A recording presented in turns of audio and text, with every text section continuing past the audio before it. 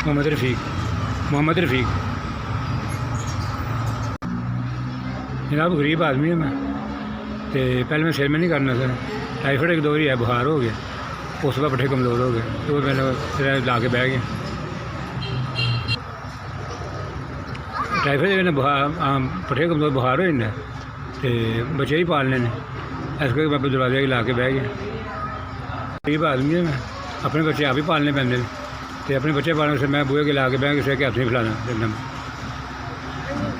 Retire होए नाल बैठे ने, ना मेरे बैठे होंगे ने, तो मैं काम करना मैं बोला, मेरे वाले से मेरे साथ देंगे। हाँ दूसरे दिन बुखार हो जाता, तो फाकी पैन लग पाया, तो मैं रुपये 200 लभ जाते मैंने वो, तां काम करना।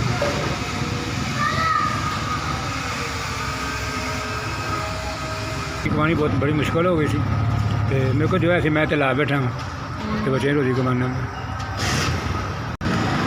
अल्लाह ताला की रात है, तो बच्चे में 2-400 महीने हिंदी रात तो मैं कमा लेना। गरीब आदमी है, अल्लाह की रात ही 200-300 रात दे दी, मैं कमा लेना। 0346 40 63 804, 0346 40 63 804।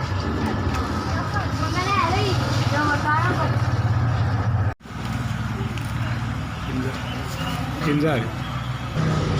हज़ार तुम मैंने दिता, मैं बड़ा खुश है। मैं जिन्हें कल तंदुरुस्ती दे और रिज़्क़ अल्लाह इजाफा करे, फिर जिन्हें अल्लाह सलामत रखे, जिंदगी दे तंदुरुस्ती दे, बड़े बंदे का ख्याल किया, मैं बहुत खुश हाँ। शुक्रिया, थोड़ी बहुत मेहरबानी, बहुत शुक्रिया।